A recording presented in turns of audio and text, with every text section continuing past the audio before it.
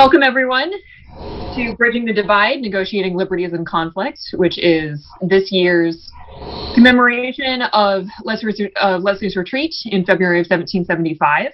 Thank you all so much for being here today and for helping us to remember Salem's most notable but least talked about moments leading up to the beginning of the American Revolution. I'm Diana Dunlap. I'm co-chair of the steering committee organizing the Leslie's Retreat commemoration, and I'm also a founding trustee of the Salem Historical Society, and I'll be your moderator this afternoon. Before we get started, and before I have the honor of turning things over to Mayor Kim Driscoll of Salem for a welcoming greeting, I do want to let everyone know that we will be recording today, and there will be a Q&A session following our conversation with the historians. And so now, Mayor Driscoll, over to you. Thank you so much. And I was remarking before we got going that this would have been a beautiful day to do this outside. So I wish we could be all together in that form. I want to thank the organizing committee and the panelists who are joining us for this always enjoyable celebration of a truly unique Salem event. 165 years ago, the historian Charles Endicott collected the fragmented accounts of Leslie's retreat from various newspapers and firsthand recollections from that day. In his book, Endicott extolled the event as, and I quote, "the first blow struck in the War of Independence by open resistance to both the civil and military power of the mother country." These days, that sentiment may sit differently with some of us. Certainly in recent months, we've seen efforts made by some in our country to appropriate the legacy and lessons of our revolutionary past for the cause of violence and insurrection against our democratic institutions, the furtherance of a far-right ideology that is far removed from the true American values of pluralism and republicanism, the lowercase r. Certainly that violence does not define American values that Thomas Bernard, Timothy Pickering, David Mason, and many dozens of other Salem residents of 1775 stood for. In spirit, though yet not in name, at that North River Bridge on that cold day in February 246 years ago. We have the benefit of historical hindsight to know how their brave stand would end, ultimately, several years later in the founding of a new nation built on the promise of liberty and equality. A promise that even today, some 246 years later, has not been fulfilled for every person living here. I also want to take just a brief moment to pay tribute to the unnamed Salem Patriots of February 26, 1775. Endicott's publication makes scant mention of the women of Salem, who were no less instrumental in the events of that day or the cause of American liberty. He gives passing credit to, and I quote, "the wife and daughters of Colonel Mason for creating by hand 5,000 cartridges for the illegal cannons hidden from the British." Certainly not enough credit to merit including their names. The role of women in the cause of America's liberty was not an active one, but to read his account, but instead to simply, and I quote here, "encouraged by their presence in council the sterner sex to acts of resistance," end quote.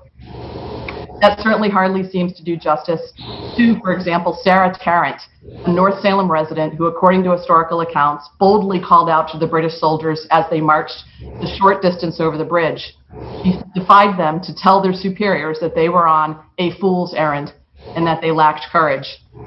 That seems pretty stern to me. I'll turn it over to the panel now, but as the first woman mayor of Salem, I wanted to close by recognizing the hundreds of unnamed women of Salem who had a hand and a voice in the revolutionary cause. Who they were may not have been recorded by history, but what they accomplished certainly changed it. I, for one, stand on their shoulders and that of many others who came after them. Thank you so much. I look forward to hearing more from our historians. Thank you so much, Mayor Driscoll, and thank you so much for paying tribute to the women of Salem's role, on whose shoulders you and I both stand, as do the many women watching this right now. And in order to make sure that everyone has a solid narrative background in the events of Leslie's retreat, we do have a video that we'll be starting off with. And I would like to thank Rev 250 for their assistance in producing this particular storytelling.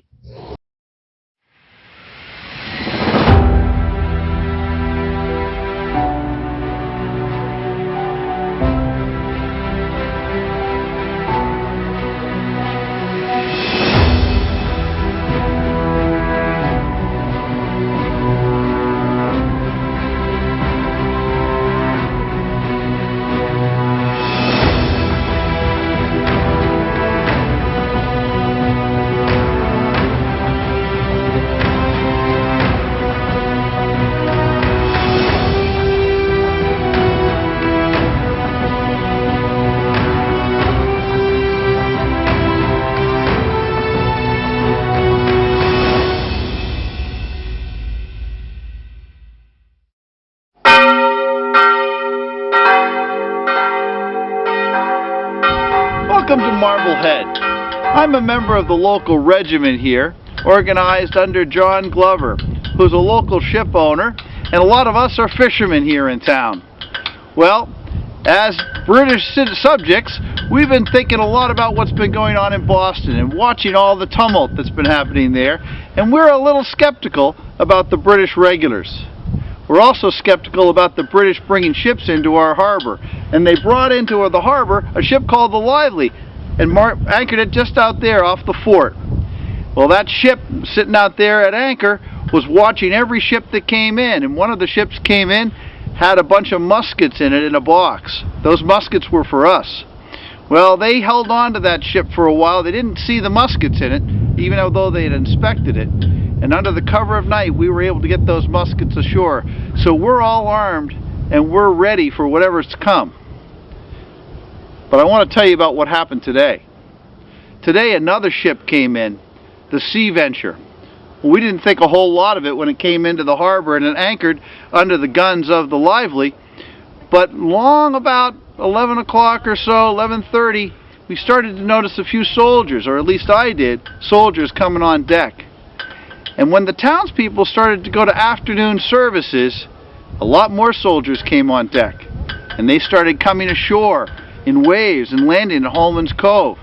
We were watching them though.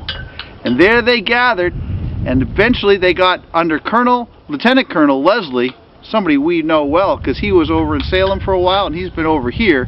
We could see that he was gathering the 64th Regiment of Foot there. They come from Castle William. And they were fixing to do something because they were affixing their bayonets. They put them on top of their muskets and off they went marching through town. We didn't know quite what was up. But as they were marching, I'm told that John Pedrick may have run into them and talked with them.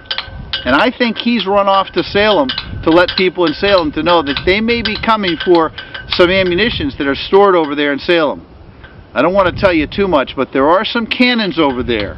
And they've been fixing up to get those cannons ready to be used. Not by the British, mind you, not by the regulars, but by us. Whatever happens in Salem, we'll be ready when those regulars come marching back here to Marblehead. We have our muskets, and we're set.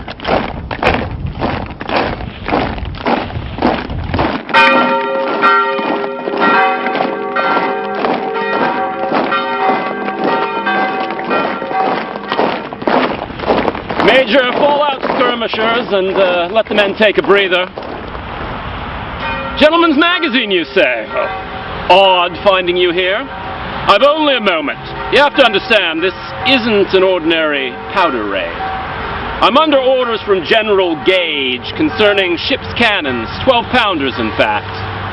Intelligence says that gun carriages are being manufactured at a foundry just beyond the North River from Salem proper, and they're going to be converted to field pieces, so that's our objective. Speed and secrecy, in and out, relieve the colonials of some heavy munitions with which they might do themselves mischief. My men have been below decks on HMS Lively for 9 hours, from Castle William to Marblehead Landing, enduring the stinking bilges so they won't tip off any of these busybodies about the movement of a battalion of regulars. We landed from ship's boats at Marblehead soon after the church bells rang. It was my hope, it being a Sunday, that we'd be able to pass through the town all but unnoticed. You know, the rougher seamen still abed from overindulgence and the pious Puritans at their prayers and church-going. In the event, my skirmishers reported that the men of the town observed the entire landing. So, I ordered the fifes and drums struck up and simply marched the column through.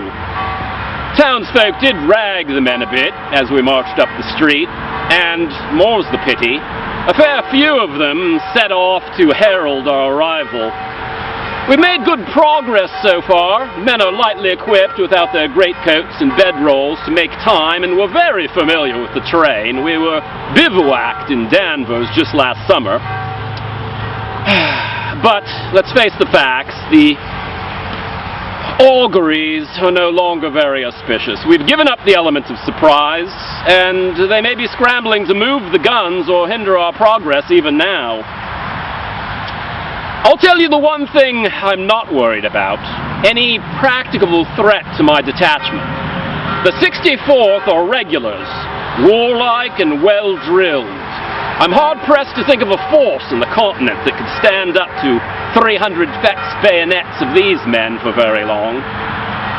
In fact, the men are, if anything, a bit too sanguine. It's by virtue of their class and profession. They'd make mincemeat of any colonial mob they came across. Not that anyone wants that. In fact, there's the rub. I was in Boston during the massacre, so-called, and I'm well aware that these rabble-rousers can provoke the steadiest troops.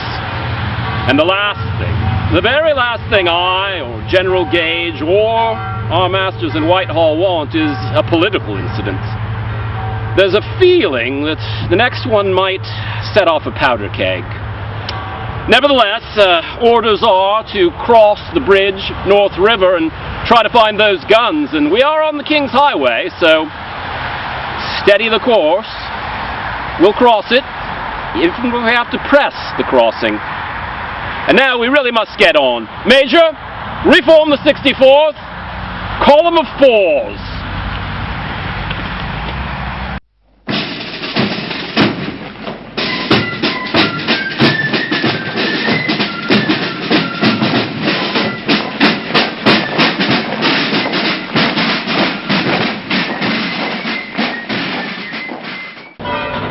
You want me to go indoors? Oh, very well then, I'll go. Well, you hear what I have to say first. I'm Sarah Tarrant, wife of this town, mother to 2 small children here, and my house is close by the North Bridge. I know that the streets of this town are no safe place for a woman when strange soldiers come crawling through our streets. But these are not the King's streets, sir. These are ours. We all know what the women of Boston had to deal with a few years back, what they're dealing with now. And we had our own taste of it when the 64th were quartered here this summer. We know Gage, we know what he is, and we know Leslie too. Son of the Lord who thinks he can march his men down the road from Marblehead and take our guns in the midst of our Sabbath day. He's broken the peace of our Sabbath, what should be a day of peace, broken by the bloody backs marching down the road and the ringing of the bells. Can you hear them? Every church bell in Salem ringing for hours, ringing from meeting house steeples, ringing from the churches that pay homage to the King, ringing from both. What should be a day of rest, a day of silence, our one day of peace when to dress up, to chat with my friends at dinner between services. But no, instead we'll have regulars marching down the road. You must think that we were born in the woods to be frightened by owls. But the guns are gone. They'll not have them. And each and every one of us can keep a secret. I may not be able to wield any of the weapons that we're hiding, but the women folk of Salem know how to keep a secret. I, and our children too. Who do you think it is who's been rolling cartridges these past months? Who do you think it is who keeps the silences that need to be kept?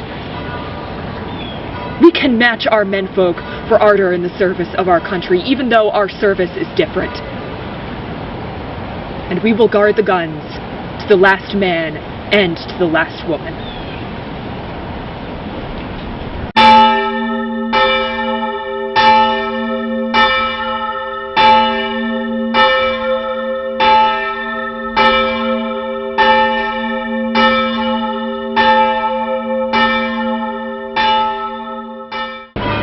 My name is Captain John Felt of the Salem Militia. As you've undoubtedly heard, Colonel Leslie and a column of British regulars have landed at Marblehead and are making their way to Salem to take cannon from the foundry across the North River. For the better part of a year, in the aftermath of the destruction of tea in Boston, every town in Massachusetts has been pushing back against British tyranny. In fact, Colonel Leslie and Gage came here to Salem in the spring of 1774, but we pushed back and will continue to do so. We have armed ourselves. We've been training Minutemen and militia companies. And every step of the way, our attempts to express our rights as Englishmen have been taken away. This will not stand. An army has been sent here to control us, not to protect us. And now, on the Sabbath, this invasion of Salem is coming. This will not stand. This will not stand. We will go to the North River. We will raise the drawbridge. We will prevent Colonel Leslie and his men from crossing the river. If they wish to have a bloody massacre here in Salem, the blood will be on their hands.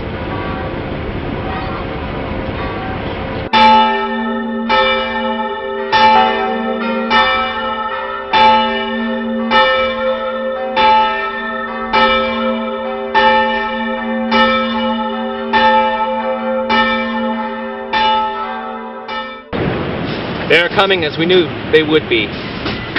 The regulars caught our countrymen unawares when they seized the powder in Cambridge last fall, but that will not be the case today. I'm Captain David Mason, mechanic and artillerist, husband and father.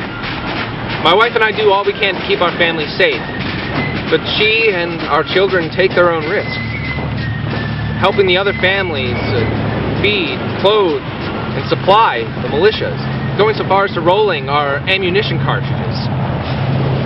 They're in even more danger today, as our house is just by the bridge of the North River, right near the front lines. If I know Colonel Leslie, he means to have the guns we keep along the river. Or should I say, did keep. When the alarm came today, our farmers brought their ox carts and teams to drag the guns away off North Salem. They're now bedded down under the oak leaves and gravel pits in the woods. Do you hear that? The fifes and drums. It's a merry tune, but it sings the song of tyrants all the same. Pull up the north side of the bridge. We need every hand.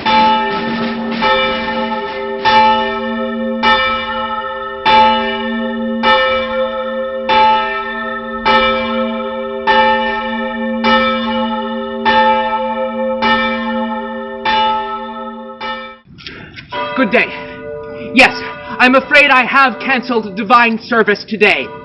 I would not countenance a break in our Sabbath were it not a pressing matter.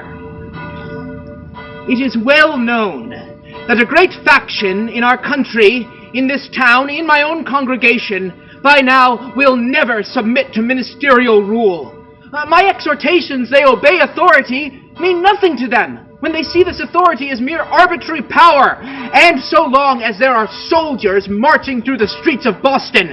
And today those soldiers have come here, with Colonel Leslie and his regulars, parading through the streets of Salem, marching towards North Bridge, and there goes Captain Felt and his militia, watching them like hawks, with scores of civilians in their train, crowding around. God knows where this will end. But I know that I am a minister of the gospel, and my mission is peace.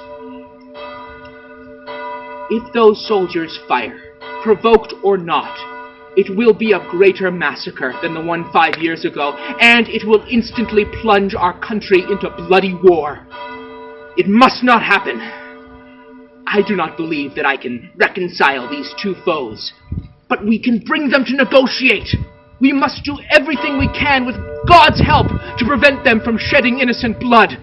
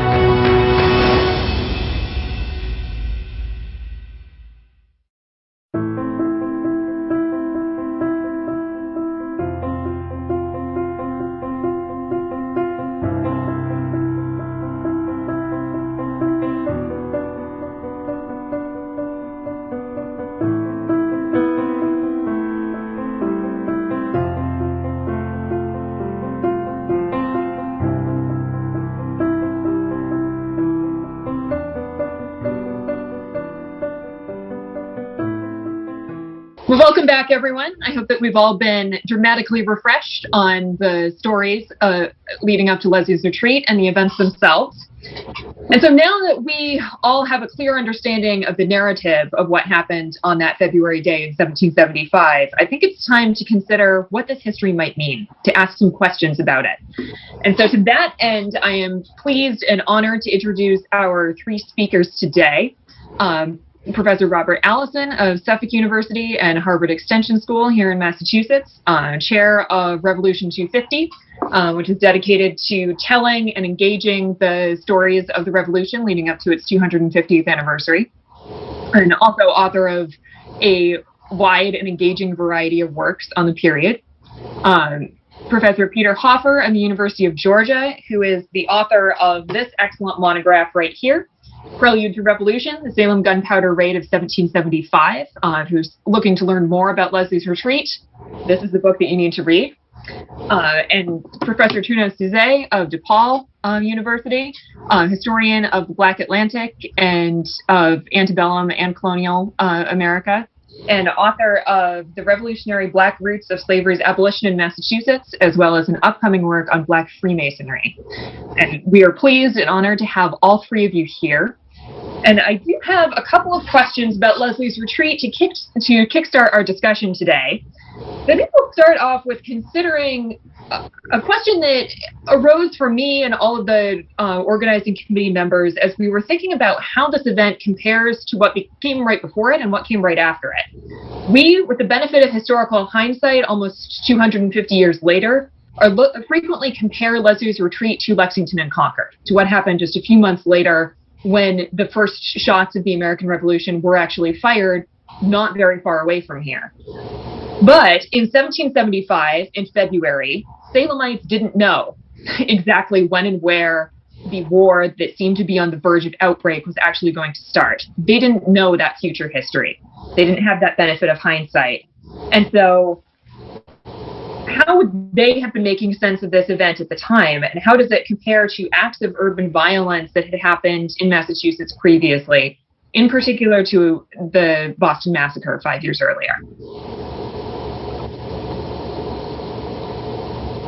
I would defer to Professor Hoffer. That's right. Kick the ball back to the defense. A couple of things occur to me as I watched the reenactment. First of all, the world of the 18th century colonies was a world that was more often at war than at peace. And through Salem went soldiers and the material of war for the frontier, for the coast, for the Caribbean, where war was sort of the rule, and no peace beyond that line. But Salem was lucky. Salem actually profited from both war and peace. Salem was, not invaded. Salem lost men, but not a great many. And then later in the story, not a lot of Salem men were at Concord or Lexington. They seem to have missed the show. They stopped as the British would say, they stopped to brew up.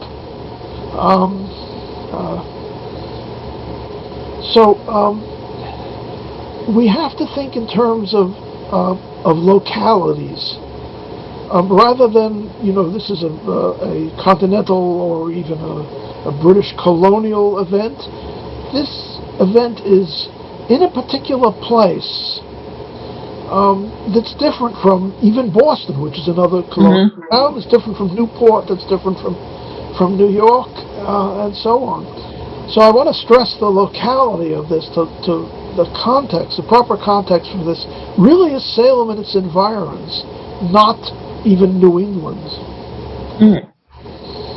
That's a very good way of looking at it. I think at the same time, Marshfield asks for a deployment of soldiers because there's such tension within the town. Each town really is different, and each colony is different. We like to imagine this colony-wide resistance, but it is something. And I really like the way Salem is focusing on this event, because this really is Salem's story, and it's not the story of Salem anticipating how we're going to get into this, but Salem responding to the soldiers coming into Salem on this particular day.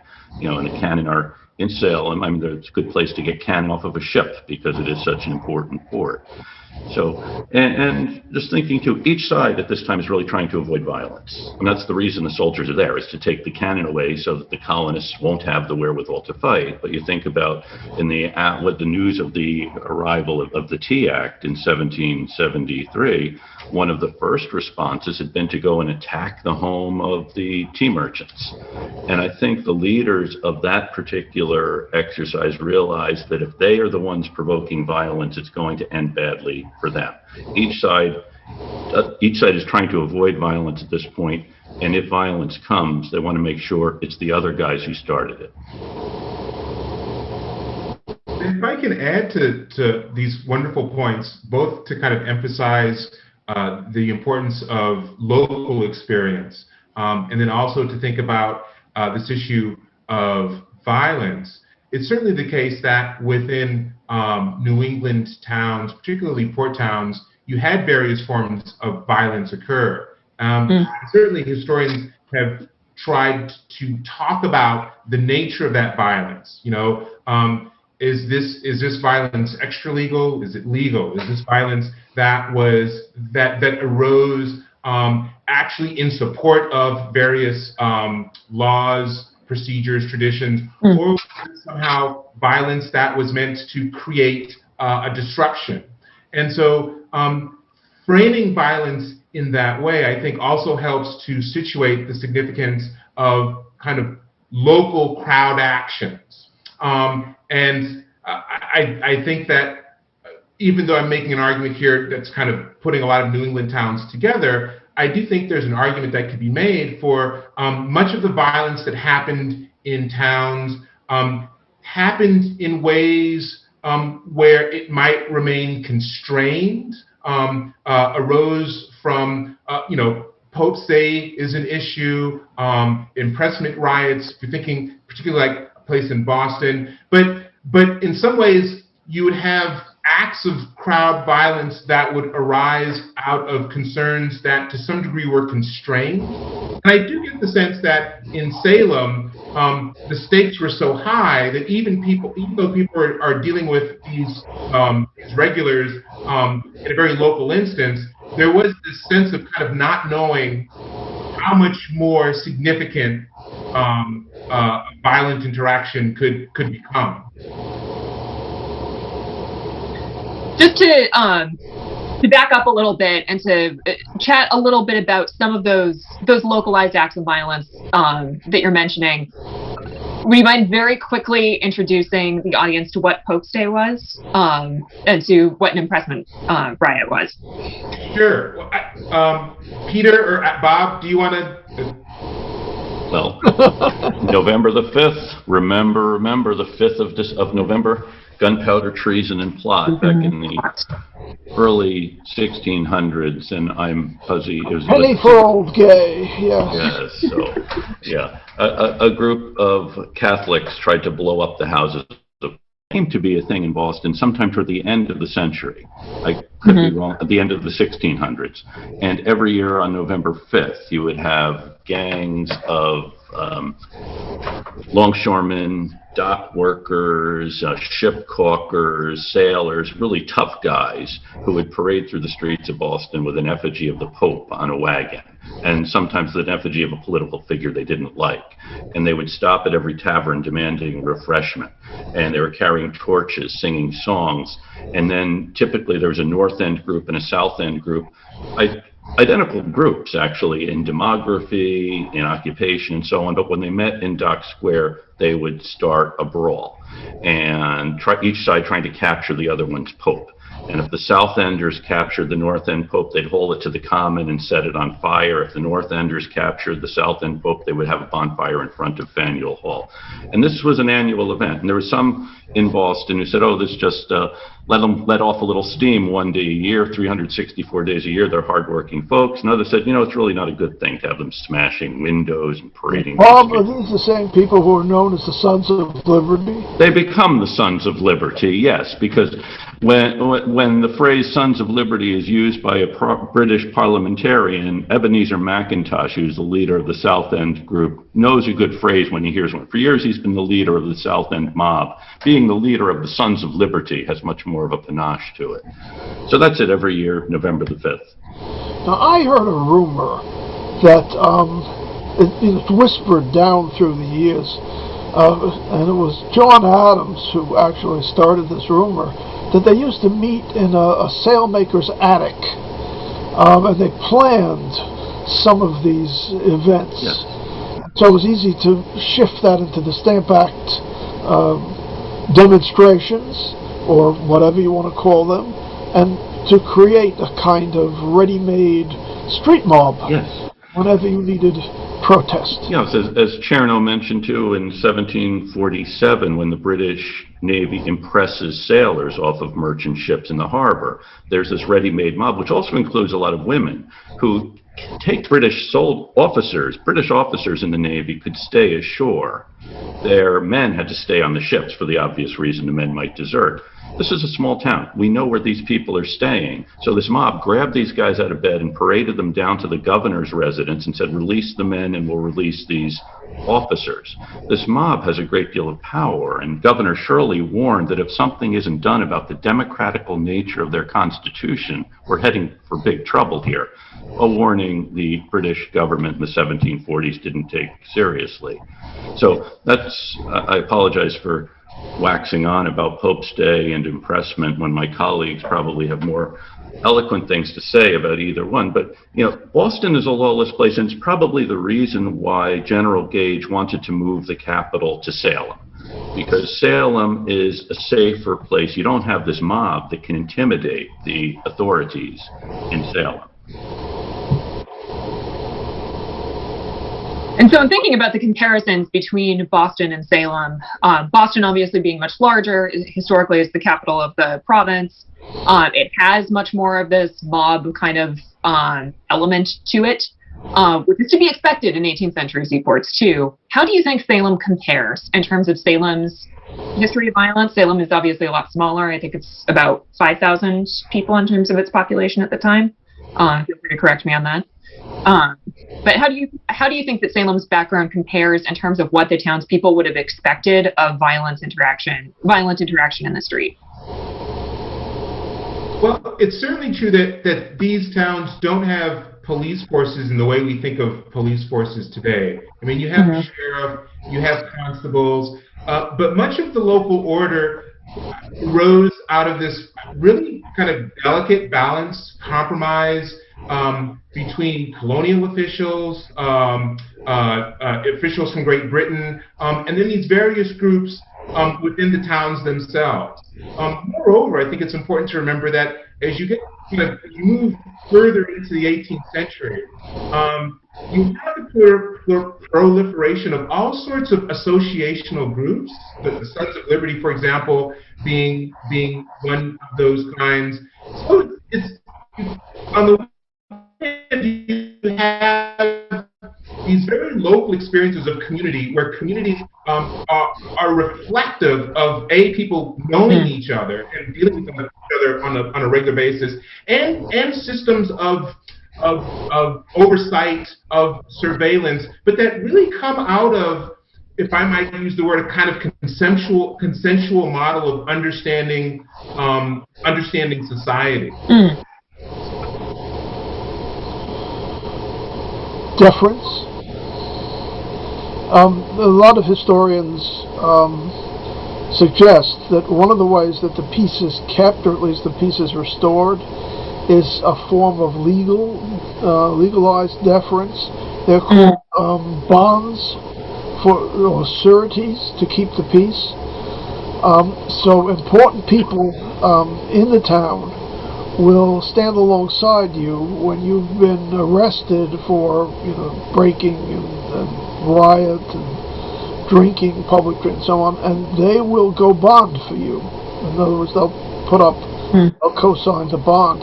And they're saying that, that they are now partially responsible for you keeping the peace. And you are bound to them. They're the ones who underwrite your debts. They're the ones who protect you when you're in trouble. So it creates a web where everyone sort of knows their place. And within that framework, there's a certain amount of I don't want to call it violence, but conflict, but it's socially controlled. When that framework of deference begins to fall away, you begin to get a more democratic society at the beginning of the 19th century, then sort of violence in the public square gets a lot more dangerous. Arson, street crime, and so on becomes a lot more dangerous because you don't have that social web that binds people together. Another thing we really see happening here is two things. One, we had this long-standing system of these towns governing themselves, and Massachusetts essentially governing itself. And in the 1760s, Parliament begins to want to take a bigger role in governing the empire. And that, I think, is what's precipitating a lot of these changes. And here in Massachusetts, in places like Salem or in Concord or these other towns, which hadn't been part, the thinking was Boston is really the problem. And in many ways it was, but then it really is the various acts of 1774 that Parliament passes that suspends the Massachusetts Charter, says you can't have town meetings, and the governor will appoint the sheriffs, taking away this local control that had really rested on this idea of consent that Cherno mentioned, and this idea of these reciprocal relationships, deference that Peter mentioned. You have that big change, which does affect every town, and that's when you see places like Concord or Salem becoming more resistant, because it does affect us. It's not just those crazy people in Boston who keep causing trouble. It's something that now affects us. Bob, do you think it was the inconsistency of royal attempts at control? Because they had taken away the charters once before. Yes. Of course, yes, and 1684. And Cotton Mather and all of, they arrested the governor when they tried. They were chasing the Governor Andros through the streets. I don't think he was actually. I think later the story of him wearing women's clothing. Yeah, I think that was just an insult. He wasn't. He was wearing a cloak. But I think it was Parliament's inconsistency over the years, rather than this new plan. I think you may be buying into revolutionary rhetoric to say that it was Parliament all of a sudden changing the rules of the game. Yeah, you're right. It had been, because there had been various attempts at reform, and it's those of us who have raised children know about consistency being a very important thing. Yes.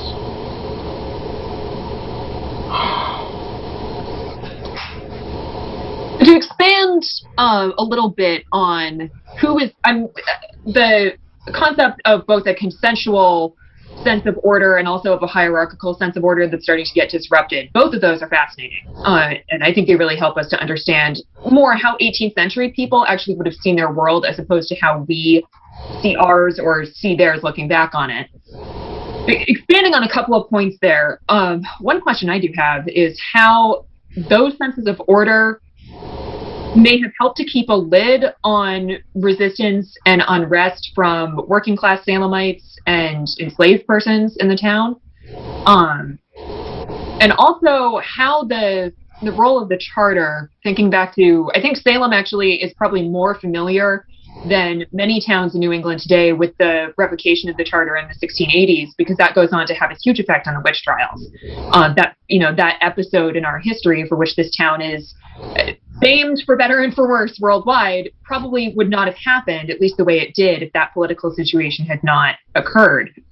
But I'm also thinking forward to the impact of the new charter that was brought in by Increase Mather in the midst of the witch trials, about the role of that charter and how it was by enslaved persons who were suing for their own freedom.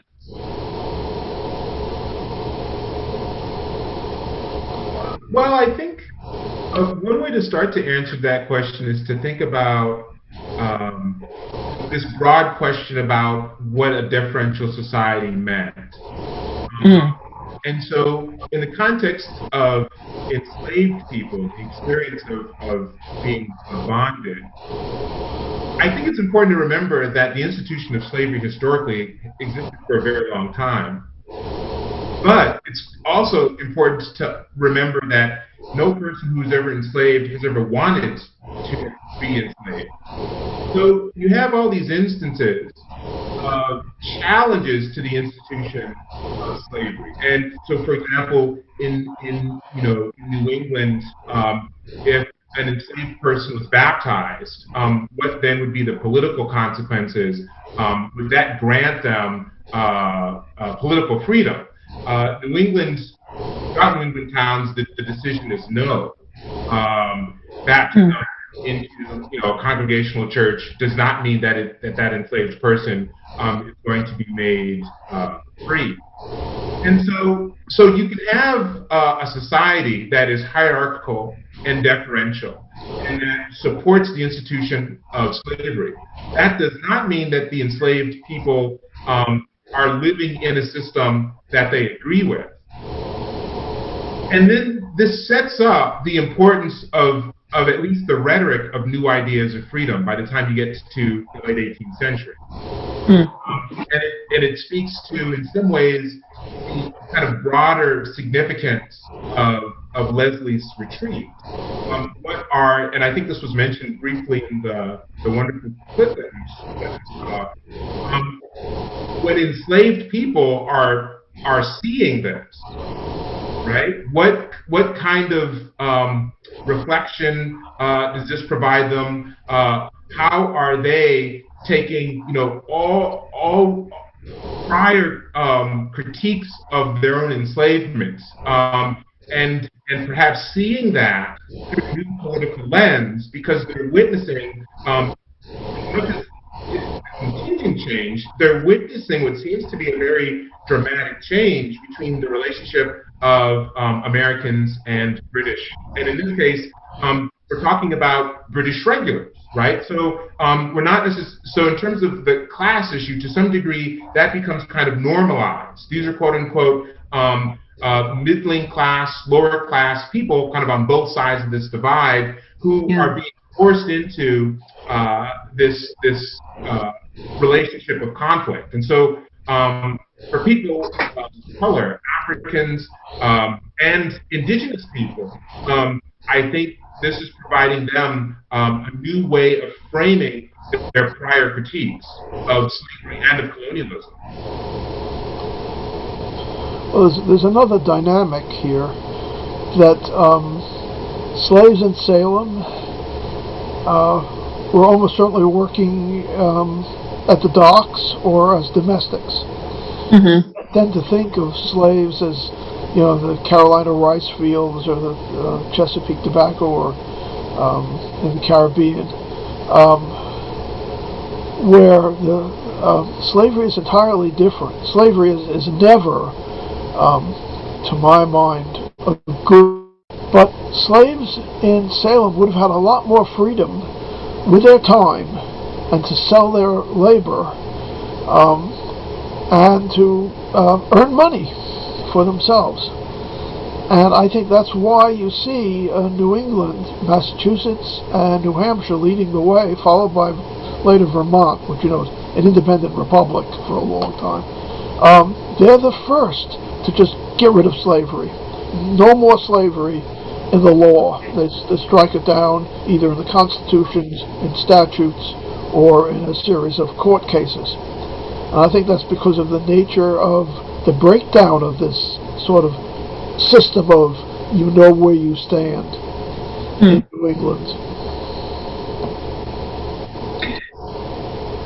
Question for all of you. Do you think at that moment, that there was an awareness amongst, I hesitate to say the average person in Salem because what does that mean? But amongst many people, say, of middling rank or, those who were involved in the revolution but perhaps not viewing themselves as political leaders, do you think there was an awareness that old methods of social order were breaking down, and that might be opening the door either to possibility on the part of, say, an enslaved person, or thinking perhaps of upper-class loyalists like the Ropes family, who had a deep investment in the traditional way of doing things.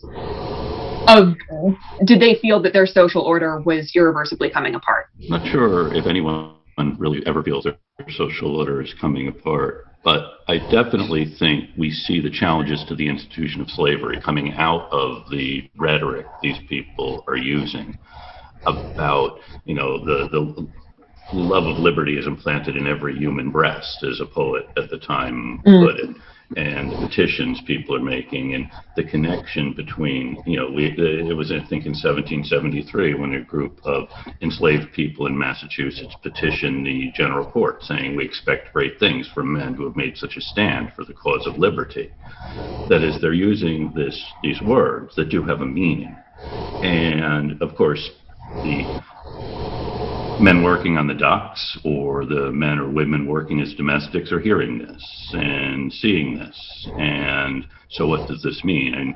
And it's Samuel Johnson, the British man of letters, asked rhetorically, how is it we hear the greatest yelps for liberty from the drivers of Negroes? That is, you have slaveholders in America calling their status slavery, but there are people in Salem and in Boston and in other places who understand what this means. And as Professor Hoffer reminded us, the systems of slavery are different in different places, but certainly Salem, as a port town, is trading extensively with the West Indies. So there's a knowledge of what slavery means in the West Indies, what it means in Salem, and it really can speak to this more eloquently and authoritatively than I can. So I will.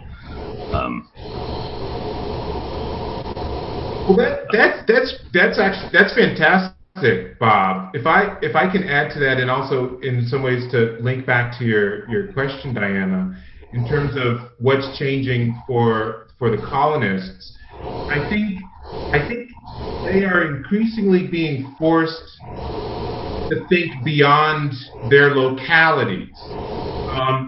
But I'm certainly not making an argument to that local experience in somehow is becoming less significant. But when you look at even within localities, the creation of various kinds of associational groups, when you look at the expansion of print culture, when you look at the growing relationships between, the eastern seaboard and the kind of slow expansion into the western interior, people throughout New England, I think, are being forced to think about various issues beyond their particular town. And so I think that's a really important. And so I think that happens in terms of rhetoric, right? This idea of kind of equality and natural rights, that's an expansive, those are expansive ideas. And then you pair those with, the British Parliament and its reach, and beginning to think about whether or not your circumstances in Salem are similar or different to those of somebody in Boston or to those of somebody in Charleston, right, in the South. So I think there is this kind of forced expansion of people's experiences and of worldviews. And with that, I think more specifically when we think about slavery, it's absolutely true, and it needs to be emphasized that material and demographic experiences of the enslaved differed not just in North America, but throughout the Americas. At the same time, I think this rhetoric of equality in some ways works to the institution of slavery is called into question, experiences amongst the enslaved. But I am suggesting, if you take the classic Bostonian Phyllis Wheatley, yes, she's in a unique circumstance. She has an education that's better than most white males in the late 18th century, but nonetheless, she is an enslaved person. And her enslavement and her color make her, I think, such kind of a critical character in these conversations about slavery. And so then my last point then is because slavery was such a key, at least ideological feature. I mean, there are no slaves in Vermont. Probably there are some, but because it's such a it's so critical to the colonies in different ways. The question about the distinctions between American colonists and the British Parliament raised the issue of slavery in very powerful rhetorical ways. And then this raises a lot of different questions about the degree to which, or the role that slavery plays in creating further animosity, antipathy, conflict with the British. And certainly we see this to a great degree in a place like Virginia, for example, right, where there are enough of the enslaved to be enlisted on the side of the British. But that fear certainly does exist in New England as well. Well, slavery that married the planter interest in the Caribbean to the British Navy. That's why they protested and protested when it came time to decide whether or not to declare independence. They remained in the empire because there were so many slaves, and they needed the social control which the British Navy and the British Marines imposed upon the slave population. Right, good point. And these are all, this discussion is going wonderful places. So I do have an adjoining follow-up question that relates very much to everything we've been discussing. I think we've delved, very richly into a sense of what this talk of liberty actually meant to different groups of people at the time, and how locality influenced that, but also on how Salem connects to the rest of the world around the Atlantic. And so in thinking about the specific way in which Leslie's Retreat itself played out, this is an event in which everyone seems to have wanted to prevent violence, but there was a constant threat that this was going to explode into a violent encounter. And it just barely didn't. Especially when we're reading the accounts that Endicott sat down in the 19th century, it's very clear that this, was something of a powder keg, and that the tension next to the North Bridge was incredibly high. And so all of the people standing there at the North Bridge, all of those individuals, both from Salem and the members of the regulars, and people living through the revolutionary experience across the board, had to confront the question of whether the threat or use of violence is justified to achieve political change. It seems from the surviving accounts that some of those at Salem's North Bridge seemed committed to using violence if pressed, on both sides, but others, most notably the Reverend Barnard, were dedicated to doing the exact opposite.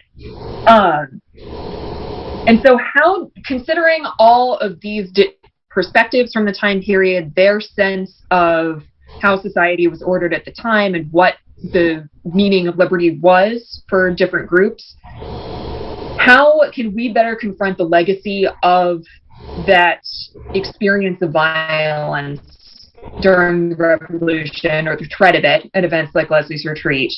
And what vital lessons can we draw with regard to violence and political change? A very good question. In fact, another historian, Bob Gross, has just weighed in with a question on the chat about, we've just had this, actually a violent year we've just come through with. Hey, before you go on, Bob, he was the reader of the book. He didn't tell you this, but he was the outside referee of Prelude for the Johns Hopkins University Press.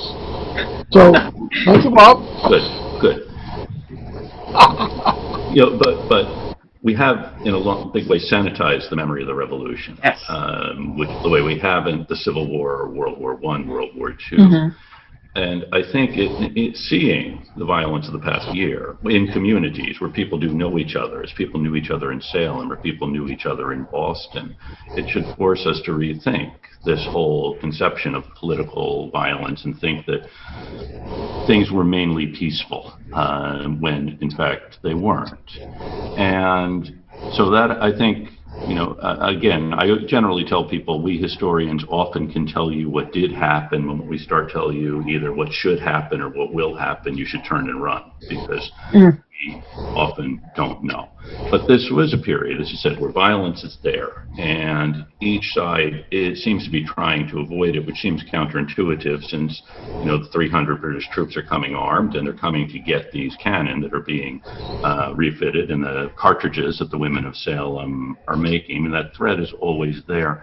And I don't know the answer to the question, when is violence justified? Well, having spent a good part of my life listening seriously to the words of Martin Luther King, and I'm unsure that it is, but I understand it's there. It's part of the human condition. And so I think I will now defer to my colleagues who can speak more wisely on the subject.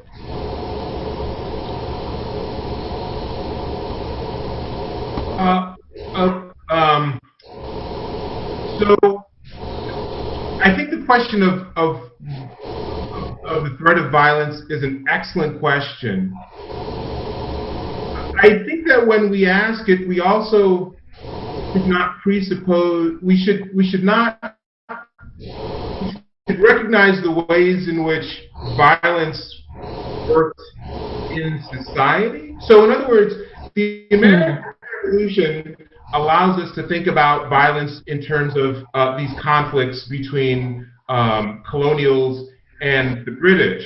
But the enslavement of Africans, the marginalization of indigenous people, these were already extant forms of violence.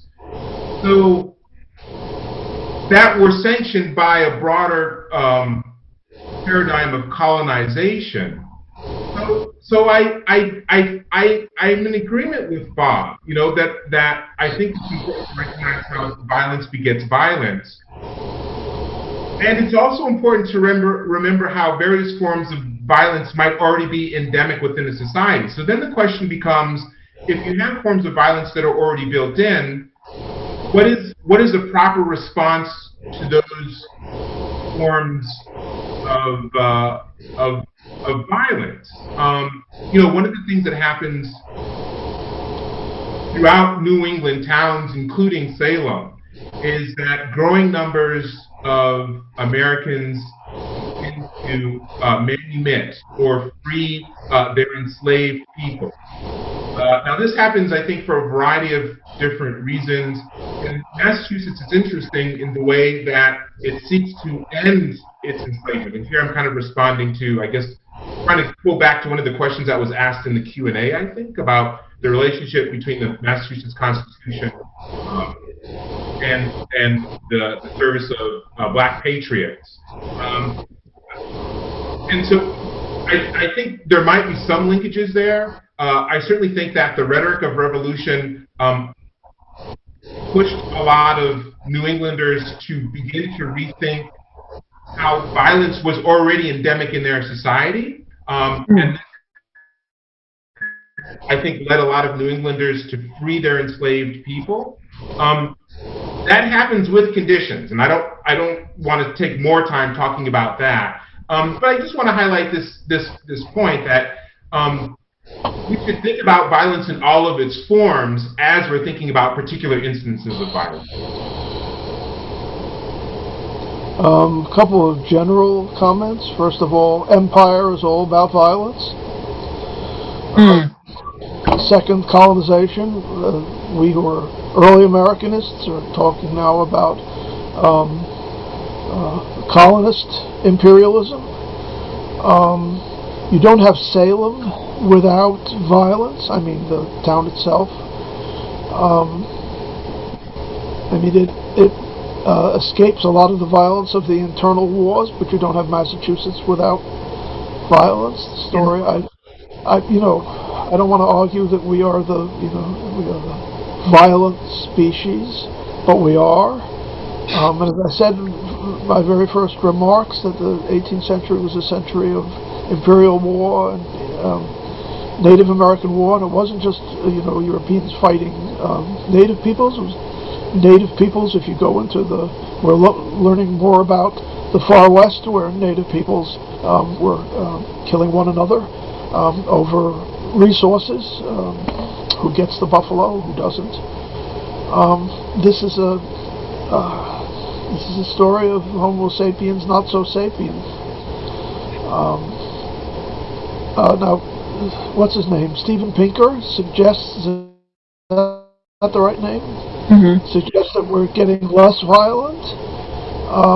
But you look around and you wonder what. I know he's at Harvard, so maybe Harvard is a different world from the rest of us. But I can remember when I was there and the state police marched into Harvard Yard and dragged kids out of the building.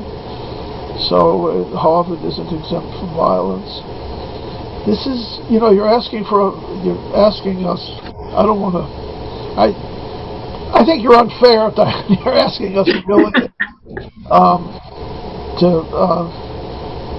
say something that will make I don't know, us feel good, or the 154 people who I've just driven away 12 people from the participants of my remarks. It's like one of my classes. And the papers that I'm grading are violence that they used. So those are the papers that I'm grading there. And part of the reason why I ask this question of you all is to be provocative, of course, but also because I as Professor Allison pointed out, we have, in the past at least, sanitized the history of the American Revolution to a great degree. And I would say, as all of you have been pointing out, the history of the 18th century as well. When Americans are asked to look back at the 18th century, we're often only asked to look at the American Revolution and to remember it in a particularly sanitized form, whereas the reality that all of you as historians have been bringing to the fore here is of something that it was full of violence from start to finish, because of what human beings were doing to each other. So the question may be an uncomfortable one, but I do think that you brought to the fore something that I hope everyone will remember every time that we commemorate this event. Yeah, well, Peter, I think it's the question that's driving the audience away, and not your response, which is going to bring more people in, I think. Well, I think this is what makes the Leslie's retreat so compelling, so interesting, that this was a non-violent event. It could have been violent, but it was handled with such discipline by the sailors on the Lively, by the 64th Regiment of Foot, by the sergeants who marched alongside the men. I don't want to say anything about the reenactors, but you don't march with a bayonet on the end of the bayonet is sheathed. You march when you've shouldered your musket. If you put that bayonet on, then you're doing it for a reason, and that's what escalates the threat and the discipline. Now, the other thing the point that I did not make in the book, and I want to make now, is those soldiers were exhausted. They'd been on that ship for hours and hours and hours. They hadn't stopped to brew up. They hadn't stopped to have anything to eat, really. They probably had biscuit that they were sneaking into their mouths when the sergeants weren't watching. But by the time they got to the North River, they just wanted to go home. And Leslie knew that. He didn't have an elite fighting force at his disposal. And he was exhausted. And if you do the reenaction again, he was a Lowland Scot. Have the reenactor use a Lowland Scots accent rather than an English accent. If I could just add to this question of violence, even if we would agree that violence is endemic, right, to the 18th century, I think it's also true that the various groups that existed in colonial North America are always thinking about the kinds of ideas and institutions that might manage violence, or negotiate violence. And so I think there's a bigger point here that in terms of having a conversation about the significance of a violent act, there are also always these systems that are seeking to manage or somehow deal with the imminency of violence without things escalating to become violent. And so if you think about Bernard, for example, what were both the institutions and the ideas that allowed him to have a particular voice so that it did not escalate? And so I think in some ways the takeaway can be that by focusing not just on the tipping point, as it were, but thinking about all of the possible resources that might be available so that violence can be avoided, or a particular kind of violence can be avoided, can perhaps be useful. And Salem can be a useful example of how violence exists. But, you know, if there are enough and resources at hand to manage the threat of violence so that things don't escalate. Yeah, and again, as Diana said at the very beginning, we know how this ends, and there's this temptation to look at this as this is where the first shot could have been fired. And, you know, there's also the story. It comes up in Henry Holton's account of the year 1775 that actually the bloodshed at Lexington and Concord prevented an even worse catastrophe, that on the 23rd of April, the British officers were planning a celebration at Faneuil Hall, and some of the local patriots had planned, as we were talking about Guy Fawkes, to blow up Faneuil Hall. So imagine if that was the opening moment of our revolution, the destruction of the British officer corps by blowing up Faneuil Hall. We would be telling a much different story now, and I don't think we would have to drag out of scholars the idea that there was violence going on in this period.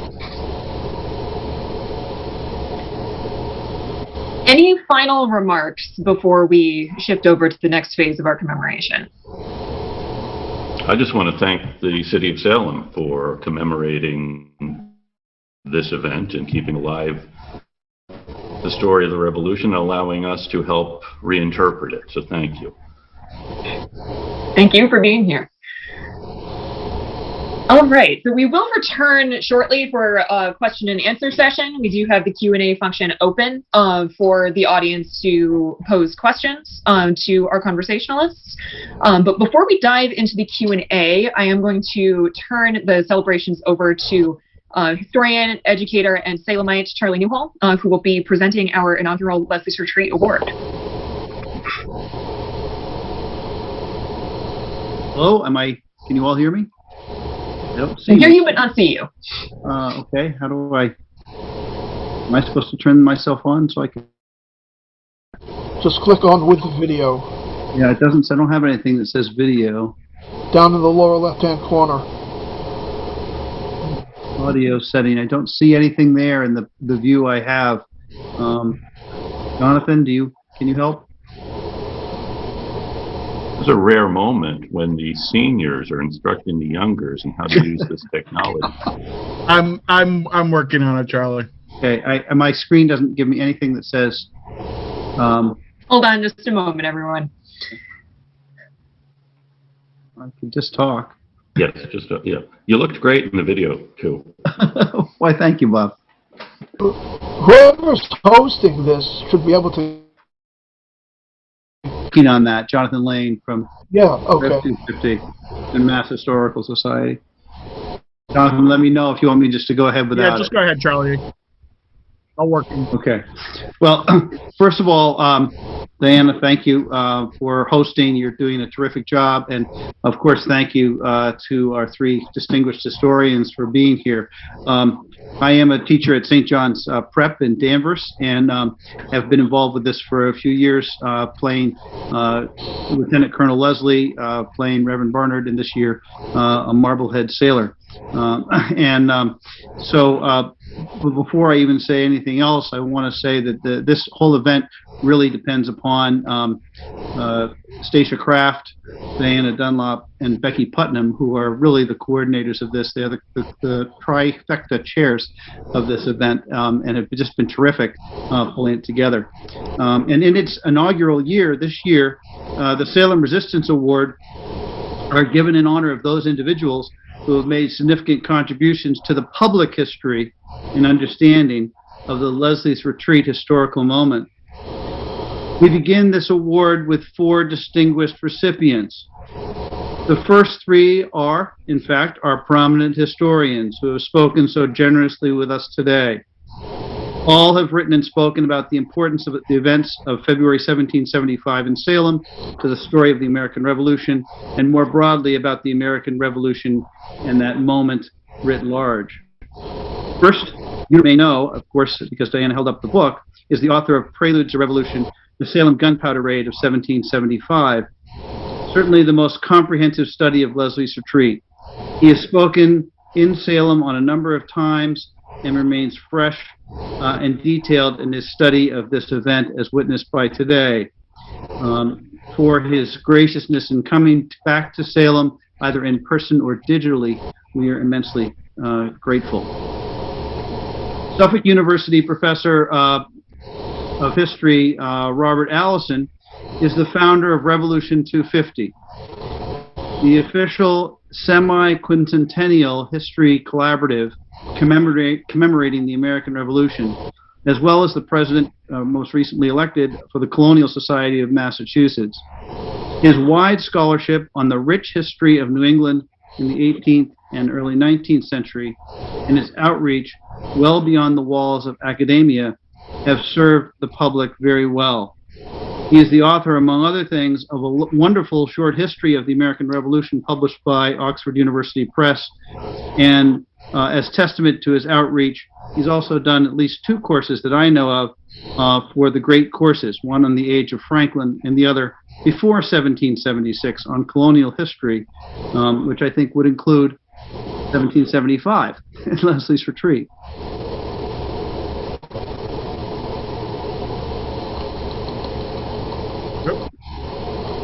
Charlie, did we lose him?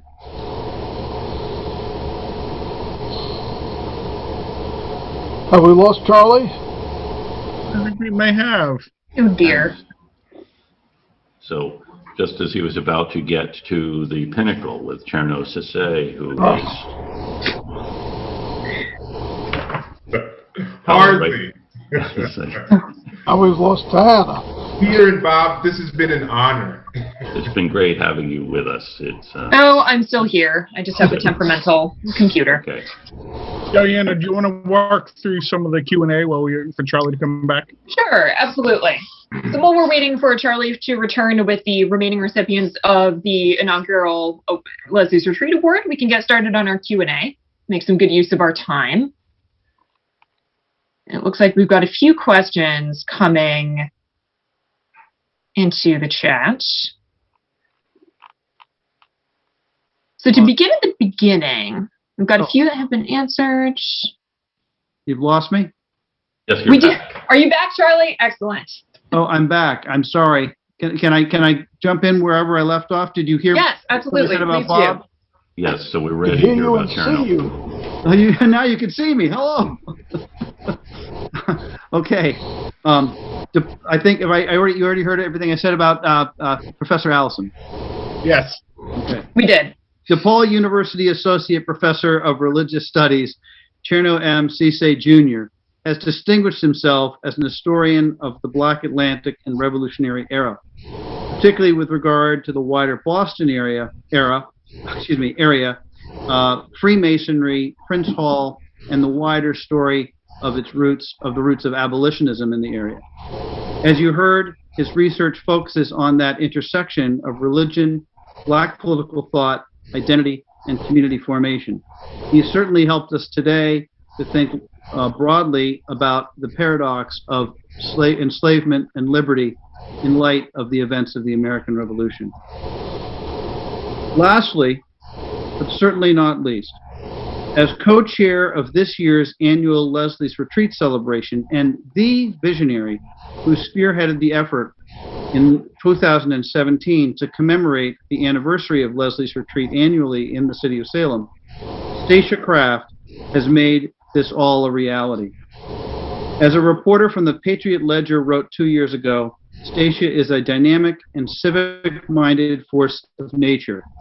And as her neighbor, I can tell you that is certainly true. Not to mention she's a terrific singer.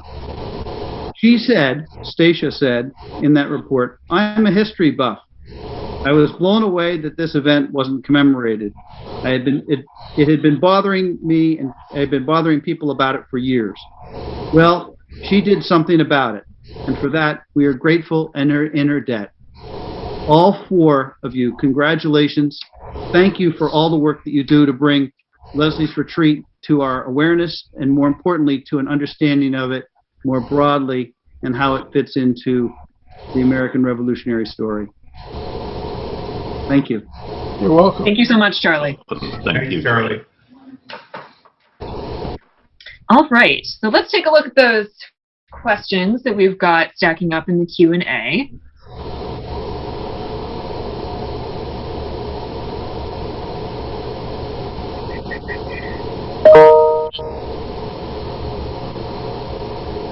So to begin at the beginning, there was a question of why didn't Gage move the capital to Salem, which he did, albeit briefly. I don't know if anyone wants to clarify the status of Salem as temporary capital of Massachusetts. Well, he moved it out again after they locked him out. They wouldn't let his secretary in. It was an insult. He hung around for a while, and then he went back to Boston. And that was locked out of the Salem townhouse, correct? Yeah. The one's now Washington Street? Yeah. His secretary had to read the proclamation in the hallway because the Adams boys were blocking the door. Can you see that? See little John Adams, and it's blocking the door. Actually, he wasn't that little. He was about 5'10". So that's actually something that we could very briefly clarify, is why the fact that the capital was moved to Salem for a while, and Leslie was also stationed here for a little bit while Gage was in Salem. Yeah, he was on the green. Yes. But he'd actually been in Salem before that too. So all of those officers had spent time in the colonies in North America. So I mean, Leslie was a career officer in the British Army, but they served all over the Atlantic. They served in the Caribbean during those campaigns. They served in the woods in New York and so on. So they were sort of cosmopolitan, far more cosmopolitan than a lot of the people in the interior of Massachusetts were. I mean, No. So I think that clarifies a little bit Leslie's standing in terms of his relationship to Salem. That he was not somebody who was an unknown factor marching into the town. Nothing like it. Right? Just like the new Gage. Yeah. You know, he and Patrick said hello. Yeah. They had served together. That's right. Yeah. I mean, they were comrades. They were fellow veterans. They're both officers. Yeah. Even though one wore green and the other wore bright red, but they were fellow officers. Yeah. And at this point, Pedrick, as a major in the militia, would have been actually he would have been part of the same military outfit, the same way the Concord militia led the line into Concord in April. I mean, technically they are part of the same operation. Let me ask you a question, Bob. What happens if a French fleet sails into Marblehead Harbor and starts bombarding the city? Yeah. Don't those people run to the British troops? They would, absolutely. Yes. Yeah. Absolutely. And they would expect it. They would why isn't the British ship here to protect us? Yes, the Lively would have been, because the Lively had been in American waters before that. Yeah. The Lively was like a packet ship that was going back and forth. It even carried horses, and how would you like to be down there under decks where they were carrying the horses for 9 hours? Yeah. Sorry. Yeah, that's why those soldiers were exhausted too. I mean, down there with the horses. Yeah, I don't envy them. The horses weren't in good shape either. Have you ever had to muck out stables? No, I haven't. No, I have. And let me tell you something, you don't want to be down there. That stuff. No. Yeah. So we do have a question about Salem's maritime economy. True, someone is asking, isn't it true that the entire, David Alexander is asking, is it true that nearly the entire economy of Salem was maritime, and so the people were somewhat more affluent than Bostonians, and that there was a considerably larger segment of the population that would have considered themselves outright Tories? So can you speak maybe to Salem's economic reality and the relationship between affluence and loyalism? No, it's also an entrepot for the farmers. Yeah. And then there's the craft people and the people who work in the brewery. Like the number 3 industry in all the colonial cities is brewing. You can't drink the water, it's deadly. You can't afford the wine unless you're sort of upper class. The rum is great, but again, there's not enough of it, so you drink beer and cider. Yeah. And someone has to do that. And a maritime economy requires a lot of really low-paid working stiffs who are doing this work. And I also think it's one of these easy explanations we have that the Tories were the elite and the poor folks were the patriots, which I think is it's a misunderstanding, because you're going to see loyalism and the other side, cutting across wide swaths. So yeah, Salem has an economy that is maritime, which does involve a lot of people doing ship caulking, longshoremen, and others. Elite, by definition, is always a very small group. Well, the whole revolutionary gig. I mean, if you read Raphael and Nash and all those people, they really were very effective at suppressing loyalism. Yeah.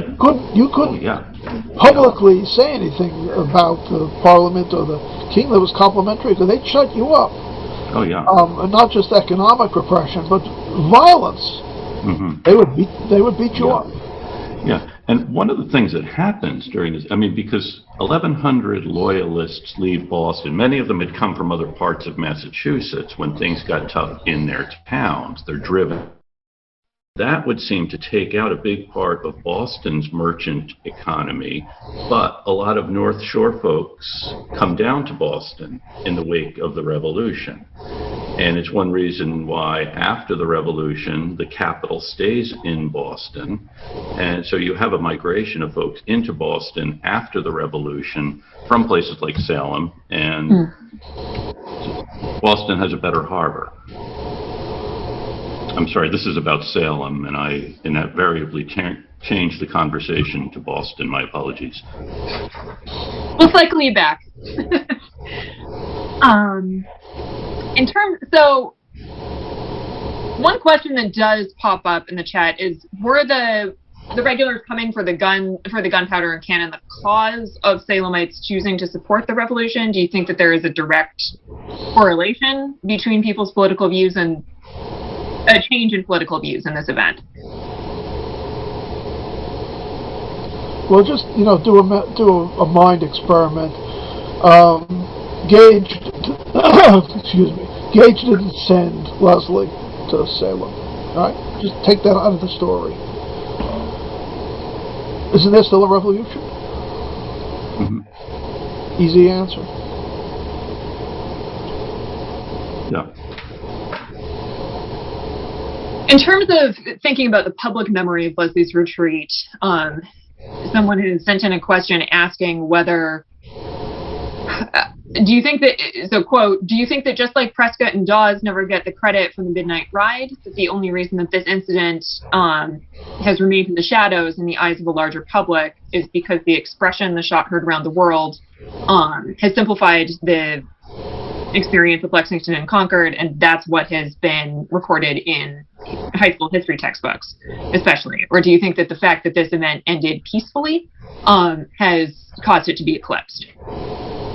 I think there's only so much people can remember, and only so much of the history people are going to carry around with them.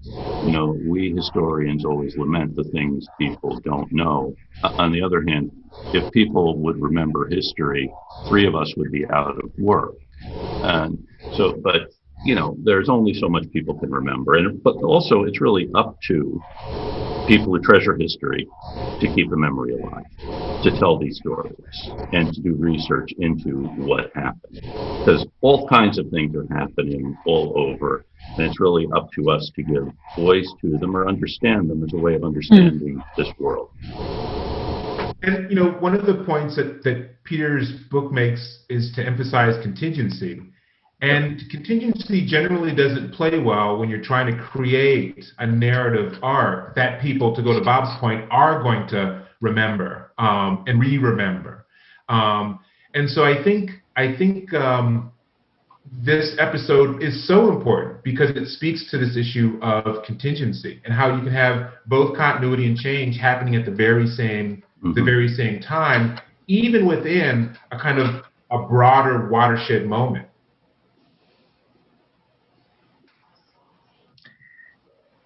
There is a specific question that's popped up a couple of times regarding a particular participant in Leslie's retreat named Joseph Witcher, who I believe is referenced from Endicott sources in the 19th century, and who is referenced as being the victim of a stab wound. There's also, it has also sometimes been stated that Joseph Witcher was Black.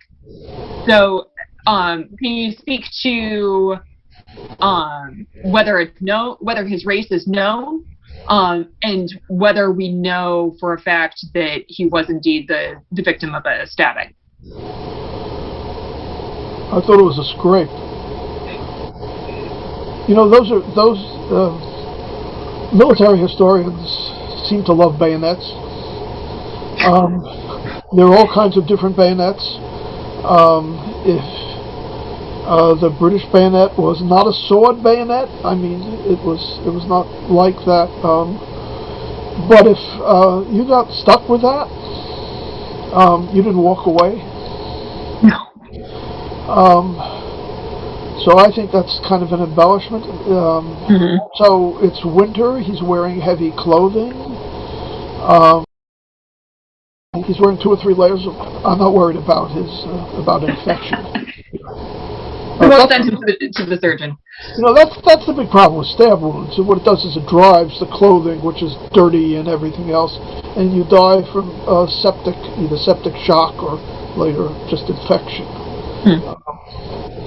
They're horrific weapons. I don't know if you've ever handled any of them. I have, yes. I know everyone talks about the Brown Bess and having handled it and shot it. I've never fired a Brown Bess, but I've been around it when it's fired, and your ears explode from that. So those weapons are just scary. And they're meant to be, of course. Yeah.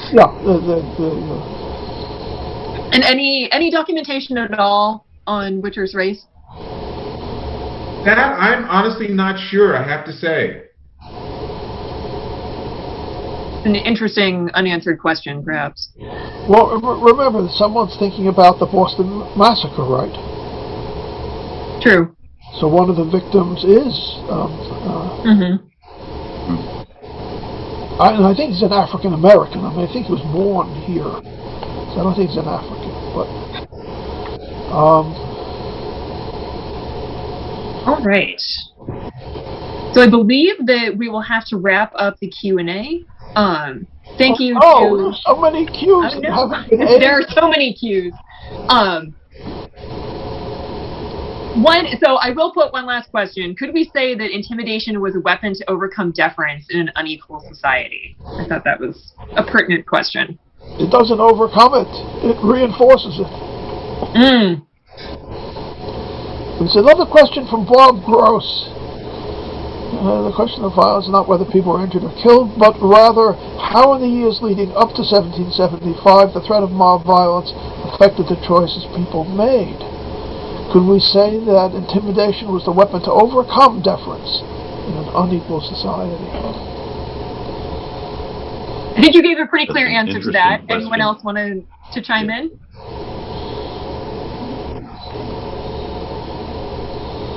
I guess Professor Gross and I will have to email one another about Well, I can anticipate someone who will be on the program next year.